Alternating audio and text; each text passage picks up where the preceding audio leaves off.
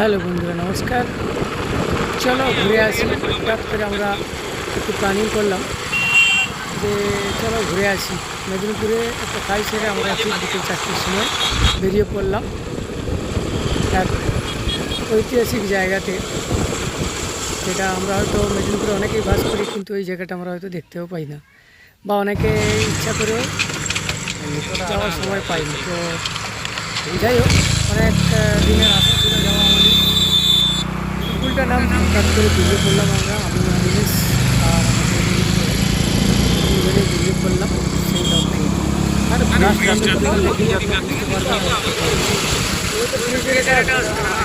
এই জায়গায় আমরা পৌঁছে যাবো লাস্টে। ভিডিও ফুটেজটা আমার কাছে নেই, ওটা ওদের কাছে আছে। তো রাস্তায় যেতে যেতে আমরা ভাবলাম খুঁজে পেয়েছি কোনো একটা জায়গায় খাই। তো ওখানে মিষ্টি খেলাম, তবে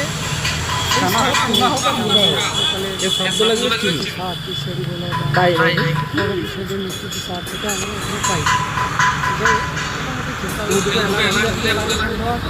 তারপরে আবার বেরিয়ে পড়লাম গন্তব্যে।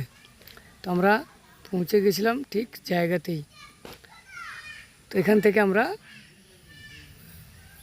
বাম দিক হয়ে একটু গেলেই আমরা বাম দিক হয়ে ঘুরে গেলাম। আপনারা পড়ে বুঝতে পারছেন আমরা কোথায় যাচ্ছি। তো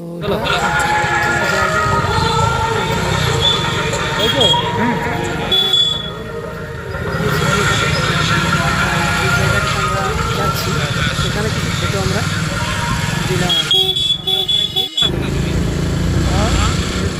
লাইভ করে দিয়েছি,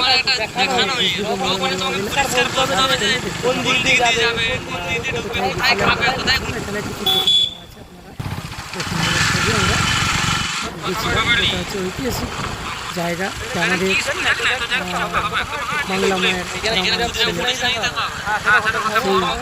তামাল ছেলের জন্মস্থান চন্দ্রভূমি জেলারই। তো আমরা সেই জায়গায় প্রবেশ করলাম। এটা হচ্ছে সেই গ্রাম।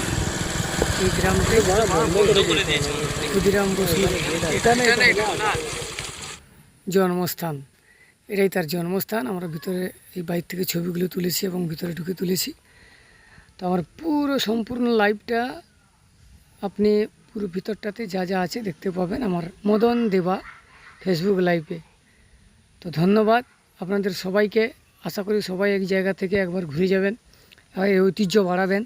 আমরা চাই মেদিনীপুরের একটা গর্ববোধ জায়গা হোক, যেটা আমাদের ক্ষুদিরাম বসুর জন্মস্থান। সবাই যান আর আমার চ্যানেলটি সাবস্ক্রাইব করে রাখুন।